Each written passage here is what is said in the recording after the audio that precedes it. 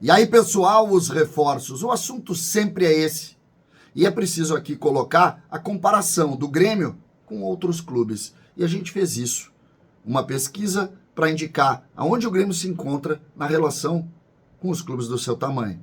César Cidade Dias falando de Grêmio aqui no YouTube, papo de gremista para gremista. Domingo, claro, é dia de acumulada na KTO. Eu já perdi aquela do gauchão que eu fiz no sábado, mas hoje eu vou fazer outra. Vou pegar clubes lá do Rio, vou pegar clubes de São Paulo, vou pegar o nosso Grêmio, para quem está vendo esse vídeo antes do jogo contra o Brasil de Pelotas. Ótimo, para quem viu depois, espero estar aqui já comemorando. Mas KTO.com, bota CCD20, CCD20. CCD20 vai ganhar um bônus de 20% lá na KTO, KTO.com. Vai se divertir, eu me divirto. Estou perdendo muito, mas eu me divirto, porque um dia eu vou ganhar. Gente, futebol é comparação, eu acredito muito nisso. E o Grêmio está sendo muito criticado pelos reforços, pelo movimento um pouco lento. E eu, conversando com o Natan, com o Picão, com o Pilar, resolvi fazer o seguinte. Vamos fazer uma pesquisa. Pega os grandes clubes brasileiros e vê que lugar o Grêmio está, como que ele se posiciona em relação aos reforços que estão chegando. Para a gente ter uma ideia de como o Grêmio vai se projetar em relação a esses clubes lá no Campeonato Brasileiro, ou até mesmo na Libertadores, porque muitos desses clubes vão jogar contra o Grêmio a Libertadores. Então, como que o Grêmio está? Vocês já pararam para pensar? Vocês já fizeram essa análise? Olha só, Atlético Paranaense, lembrando que o Grêmio contratou o Marquezin, o Grêmio contratou o Soteldo e o Grêmio contratou o Dodi. Esse é os reforços do Grêmio, certo? É isso, né? Então vamos para os reforços dos outros clubes. O Atlético Paranaense, que terminou pior que o Grêmio no ano passado, com mais dificuldades, e que perdeu o seu centroavante, o Vitor Roque. Assim como o Grêmio perdeu o Soares, eles perderam o Vitor Roque. Eles contrataram 4 jogadores. O Matheus Gamarra, zagueiro paraguaio, muito bom jogador. O Romeu Benítez, atacante paraguaio também. O Léo Godoy, lateral direito do Estudiantes. E também o Peterson, atacante do Flamengo. Ou seja, brigou assim. Eu acho que o Gamarra é bom jogador, mas o Grêmio contratou o Soteldo e Marquezin. Com relação ao Atlético Paranaense, eu acho que o Grêmio contratou mais, melhor. O Atlético que está pleiteando, eu preciso dizer, o Atlético está pleiteando o aumento de número de jogadores estrangeiros do futebol brasileiro, o que é um escândalo. Já tem 7, querem ir a 9. Mas depois a gente fala nisso em outro vídeo. O Atlético Mineiro contratou um jogador, contratou um grande jogador. O Gustavo Scarpa contratou por muita grana, mas contratou um jogador.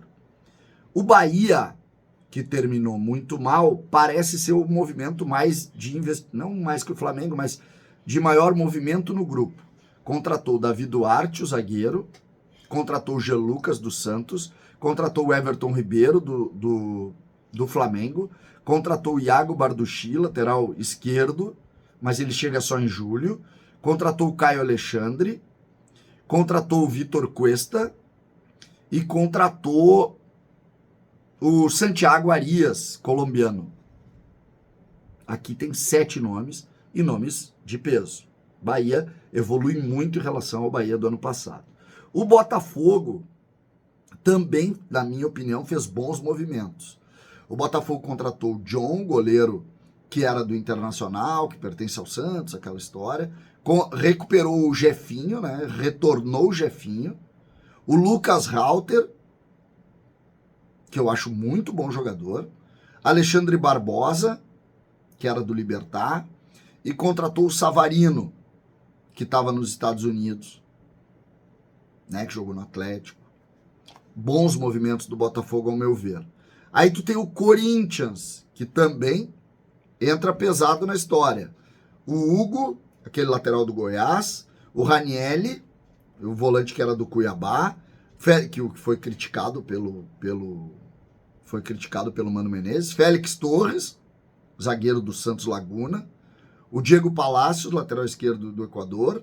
Rodrigo Garro, que era do Tajeres, se não me engano, o Lucas Veríssimo, vocês conhecem bem, né? E o Gustavo Henrique. O Lucas Veríssimo já estava lá, mas eles agora compraram. E o Gustavo Henrique, que é... Não me lembro de jogar o Gustavo Henrique, mas enfim. O Cruzeiro, 6 jogadores. O Zé Ivaldo, vocês lembram, conhecem bem, que foi do Atlético Paranaense. O Rafa Silva, atacante, que jogou a Série B. O Gabriel Veron, ex-Palmeiras. O Léo Aragão, que é goleiro. O Lucas Romero, vocês lembram dele também. E o Juan Dineno, o centroavante, que estava no Pumas do México, que deu lugar lá ao Funes Mori, que saiu então e foi para lá.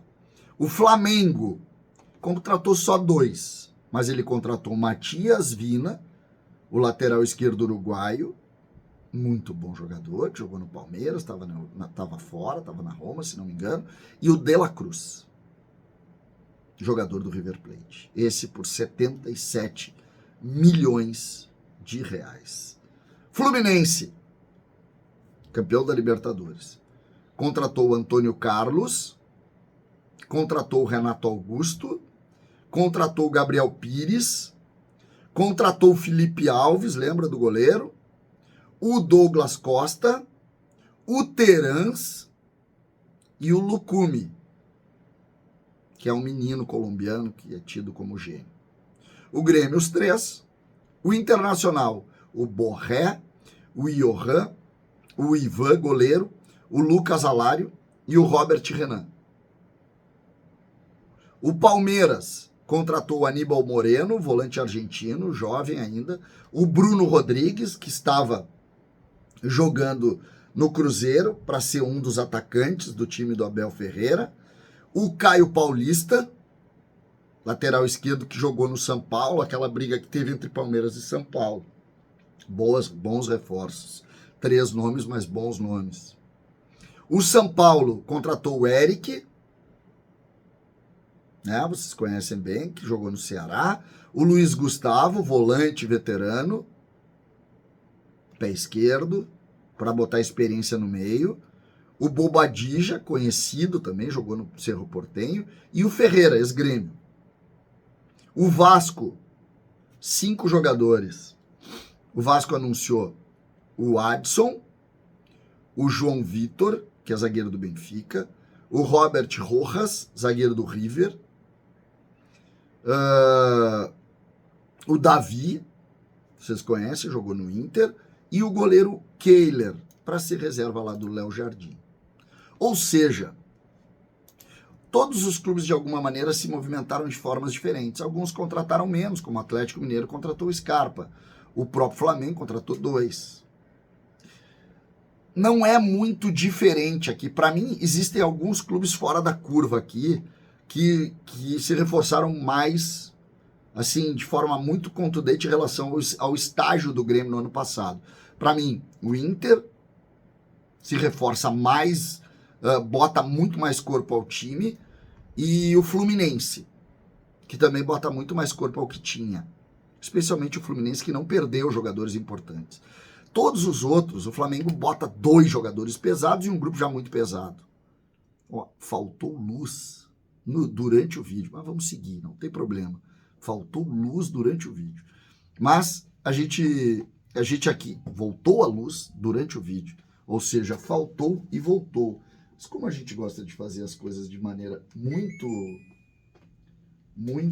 natural, a gente vai seguir aqui porque nosso conteúdo estava se desenvolvendo já.